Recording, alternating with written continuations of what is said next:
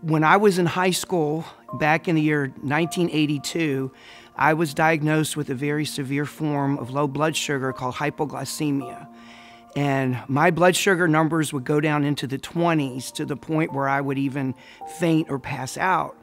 And during my high school years, when everybody else, they were partying and going to movies and dances, I was just getting up every day and I was struggling trying to survive. I got picked on a lot and it was hard. I had this condition for 27 years of my life. I went to a doctor who was very strict. I had to take mega doses of vitamins. He wouldn't let me eat anything that tasted great. I couldn't have any sweets, no candy bars, no form of sugar. Couldn't even have dairy products. After about 27 years of living like this, I didn't have a cast on my leg and people couldn't see what was going on the outside, but on the inside, I was suffering every single day. And so after 27 years of this, I decided I had had about enough of this. And I decided I was going to commit suicide and take my life. So I took a long walk and I shook my fist at God and I got very angry and I said, why have you allowed me to suffer like this? It's just not fair. And I said, I've tried my best to do what the doctors tell me to do and I'm not getting any better. And I just started crying like I've never cried before. And I literally fell down on the ground on my knees. I was actually in a ditch in our neighborhood. And I cried till the tears just wouldn't come out anymore. And things got quiet for about 10 seconds. And I almost could hear God's voice. And he said, my precious child, Darrell, no, sir. You're not going to kill yourself. You're not going to do this. You're going to get up tomorrow and you're going to give it one more shot. So I got up and I brushed myself off and I got up the next day and I said a prayer to God before I got out of bed. And I said, God, I don't know if you're ever going to take this from me. I don't know if you're ever going to cure me of this. But I said a prayer that I'd never prayed before. I said, God, even if you don't ever take this from me and I have to live with this for the rest of my life, I said, could you at least make something good come out of this?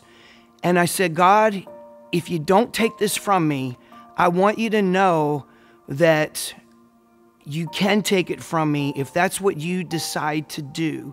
You could take it from me in an instant if that's what you decide to do, because you are all powerful. There's nothing you can't do. And I think when I said that prayer, I totally gave up on myself and I handed it all over to God. And so I got up that day and I tried to not think too much about my diet and being picked on. About 2 months went by and life went on. I had my annual physical and I didn't think anything of it. And about a week later, my doctor called and he said, Darrell Baughan, I want you to sit down. I've got some news for you. And I thought, oh no, what is this going to be?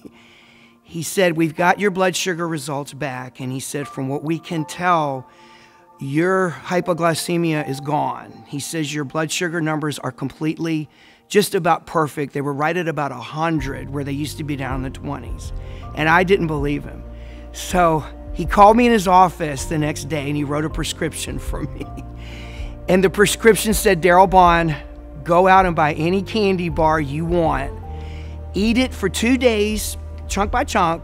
He said, I want you to monitor your blood sugar every single hour on the hour for 2 straight days. And I did. And I reported the results back to him and they were just about perfect results. And the candy bar that I chose, I chose the giant Kit Kat candy bar, the biggest one I could get. Over the last 13 years, I've probably eaten about 1,000 of them. And this is the candy bar of my life. And I save these as a reminder that God can do absolutely anything he chooses to do. Isaiah 53, verse 5. But he was wounded for our transgressions.